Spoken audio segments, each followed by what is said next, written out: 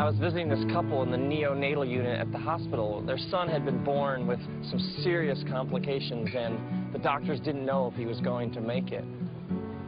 Now, the neonatal unit, it's these large rooms, and about every 10 feet are these clear plastic boxes, and in each one of them are these tiny babies. I mean, some of them are 3 and 4 pounds, and they're fighting for their lives. And I stood over the clear plastic box that had this couple's son in it, and he's got these tubes and wires coming out of his chest and his stomach and his mouth and his nose, and I prayed and I asked God to heal him. And then I found out later that all kinds of people were praying for him, and he hung on for a little while, but he didn't make it, and he died. And then soon after that, I ran into this woman that I've known for quite a while, and she told me that her granddaughter had just been diagnosed with this rare heart condition that not very many babies survive. And so the family all started praying, and then they took her in for another round of tests. And after that round of tests, the doctor said to the family, I can't really explain it. I mean, I'm an authority on this particular rare heart condition, and I don't know what else to say, but I can't find anything wrong with her. She's healed. What do you do with that? I mean, does God answer prayers? Some, but not all, or sometimes, but not all the time? Or does God always answer prayers? It just sometimes God says no. And sometimes people say, well, we prayed and then God showed up and did a miracle. Well, then where was God the rest of the time? Was God somewhere else doing something else and then apparently decided to show up here and do something that hadn't been done but should have been done, then God all of a sudden at the last minute decided to do? I mean, no wonder prayer gets confusing. And other people say, well, you just have to understand that God is going to do what God is going to do. Well, then why pray? And others say, well, you don't understand. God can do anything. Well, then why doesn't he? Now, the biblical accounts of Jesus' life tell us that on the night he was betrayed, he was in the garden with his disciples praying. And it's in the hours leading up to his arrest, and then he's going to be tried as a criminal, and then he's going to be executed. And he's feeling the full weight of what's about to happen to him because he knew it was headed this way.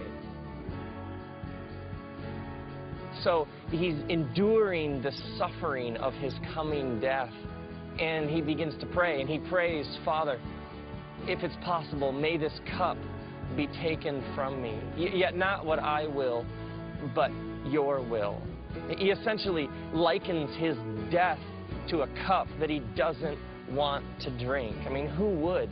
And then he prays a little while later, if it's not possible for this cup to be taken from me, then may it be done according to your will.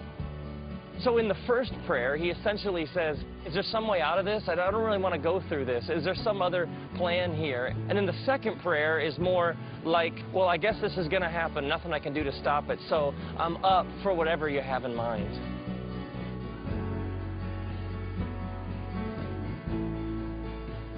Now, to understand why Jesus prays like this, we have to understand that Jesus took very seriously the creation poem, Genesis, that the Bible begins with. And in this creation poem, God creates, but God creates things that are capable of creating more. And so God creates trees, but then gives trees the ability to create more. God creates animals and plants and fish, but then empowers them to create more. And then God creates people and gives them the ability to create more. So everything in creation is essentially unfinished. God leaves the world unfinished and invites people to take part in the ongoing creation of the world. Now, when you create, you always run the risk that what you've created won't turn out how you wanted it to. It may go a different direction. It may not be everything you intended it to be. It may veer off course and it may break your heart.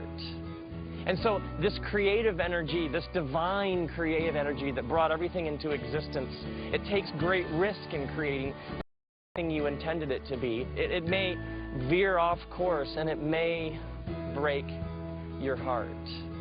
And so this creative energy, this divine creative energy that brought everything into existence, it takes great risk in creating, but at the same time, it works in a very specific way. It brings order out of chaos. So the Genesis creation poem says that it was wild and waste, chaos and void, and out of this, God began the endless process of bringing design and order and beauty. And so when Jesus prays, he's tapping into this divine creative energy that made everything.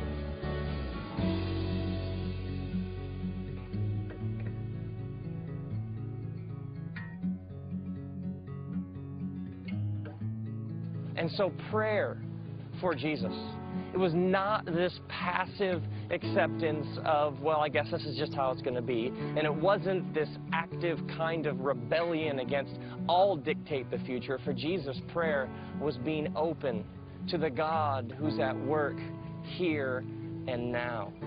But to be open to the creative working of God in the world here and now, you have to be honest. So when Jesus is saying things like, is there any way for this cup to be taken so I don't have to drink it? He's being brutally honest with God. God, I don't really want to go through this. Like it says in the book of Psalms, chapter 13, where the writer says, God, how long will you forget me forever? How long will you hide your face from me? Jesus came from a long tradition of people who saw prayer as brutal honesty with God. Some people think that half of the Psalms were laments, people grieving and outpouring their anguish in times of great suffering and torment. People shaking their fist at God, challenging God, doubting with God, wrestling with God, questioning God. God can handle what you're thinking. God can handle how you're feeling. God can handle what you're saying. Prayer, if it's anything, is truth. It's being honest with your Maker. But for Jesus, it wasn't just honesty that's going on in the garden when he's praying to his Father. But Jesus' questions assume that he is going to be involved in some way in the answer. Jesus' assumption is there's some role for him to play in this creative, ongoing work of God in the world. And some people pray and they say, well, God just didn't answer my prayer, but maybe they were the answer to their prayer. Don't ask God to feed someone who's hungry if you have plenty of food.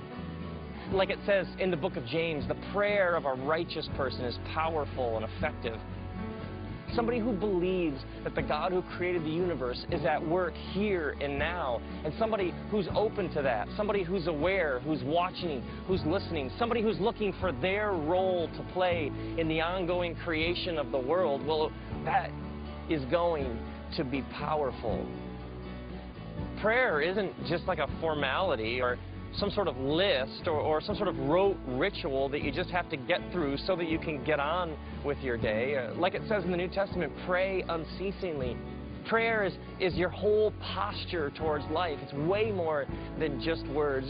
It's the whole way that you see everything going on around you. And so prayer is being still, it's meditating, it's reflecting, it's listening, it's waking up, and it's when you never stop asking the question, what is God up to right here, right now, and how can I be a part of it? God's desire is that the divine energy that made the world would flow between us and in the process draw us closer together. Prayer is tapping into the same energy that formed the universe. That's why people say that they can feel prayers. It's because we can. Praying connects us to the people and things we're praying for. Prayer enlarges our perspective. Praying gives us a bigger heart. Praying makes us feel things. Praying changes things, but prayer changes us. Praying makes us better people. So when people ask all sorts of questions, why didn't God do this? Why did God do this? Why did God show up then? Why did God make a miracle happen there? Why did God say yes to this prayer and no to this prayer? I don't know. Standing over that clear plastic box, watching that little boy fighting for his life, I don't know why some situations go one way and some situations go another. But I do know that you and I can be open to the new thing that's coming into being. Not my will, but yours be done.